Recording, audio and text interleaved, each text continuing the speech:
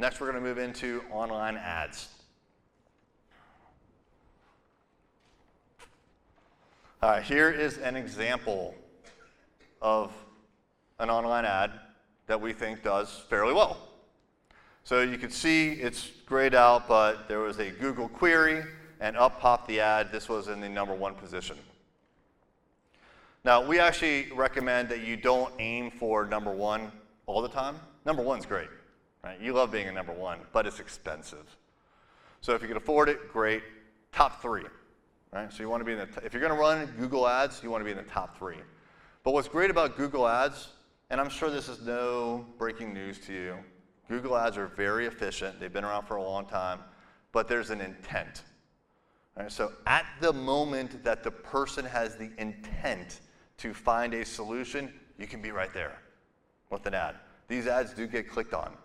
There's a couple components here to point out. So you can see we have the hyperlinks underneath, right? Those site links. You can kind of tweak your website so that the appropriate site link shows up or doesn't show up. There's also a phone number there. If you set it up correctly, they can actually click on that phone number right there, right in the ad, and the phone starts ringing. Pretty cool stuff. Also think about the titles of your ads. That's what's in the blue, the big text, and then also the description. But again, you want to be super clear about your messaging. Right? Don't get fancy, but also the closer that you can get to the actual search term, the better. Usually that means having a lot of different ads. Facebook ads. Facebook ads are very, very powerful, and a lot of people think that they're a better bargain right now than Google ads. Here is 2 examples from an organization that we help. And which of these ads do you think performed better? So just shout out left or right, real quick. Left, actually, let's do this. Left. Left? Right? I don't know which one won.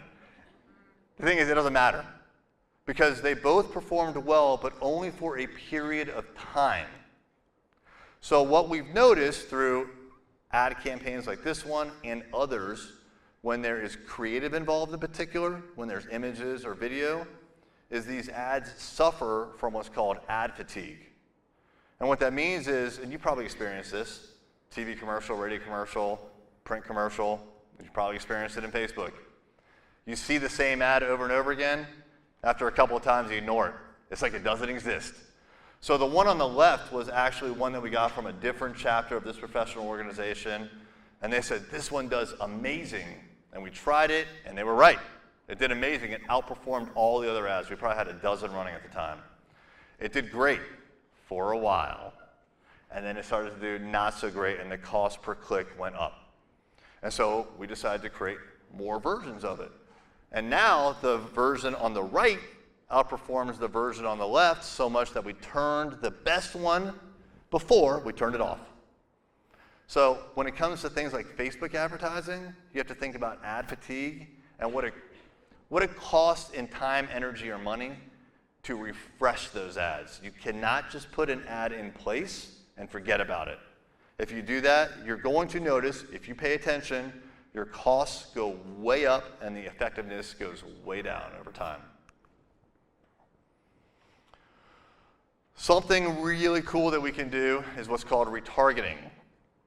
So as an example, if you went to our website in the last 2 months or so, and especially if you went to the right web page, then we retargeted you in Facebook with an ad like this for State of Digital Marketing address. So you can get a little snippet of code from Facebook. You can put it on your website.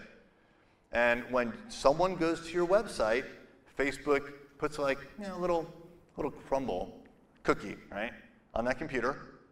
And then when that person comes back into Facebook, Facebook knows that you were there. And if you advertise, then you can show a relevant ad to the person.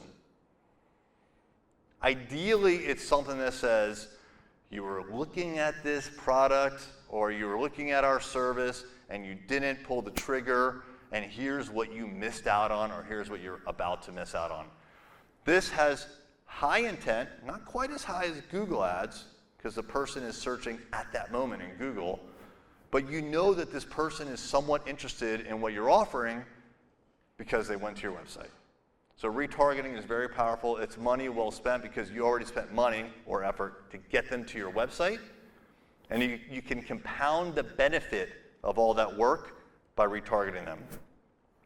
You can also retarget in places like YouTube. So Google has the exact same functionality. If you put in a query on the left, then we could retarget you with a pre-roll or mid-roll, basically a video ad in places like YouTube. We could also do this throughout the internet if we want, but YouTube is very effective. So this is another way that you can retarget. There's other ways beyond this, but these are two very effective ways to retarget. So again, just like with websites, I wish I could go super deep and super nerdy, but we want to get you out of here at a decent time. So takeaways. Search ads. Search ads are perfect when you want to get in front of someone at the moment that they have the intent. They've been around for a while, so they are getting a little on the expensive side, but they're highly effective. Social media ads, you could really slice and dice the population for things like demographics, age, sex, educational level, and what's called psychographics, which I didn't go into, but psychographics are things like what they're interested in. Are they a football fan? And that would be probably a decent example of a psychographic. And then you can retarget with these ads, whether it's in a place like YouTube or a place like Facebook or a place like Instagram.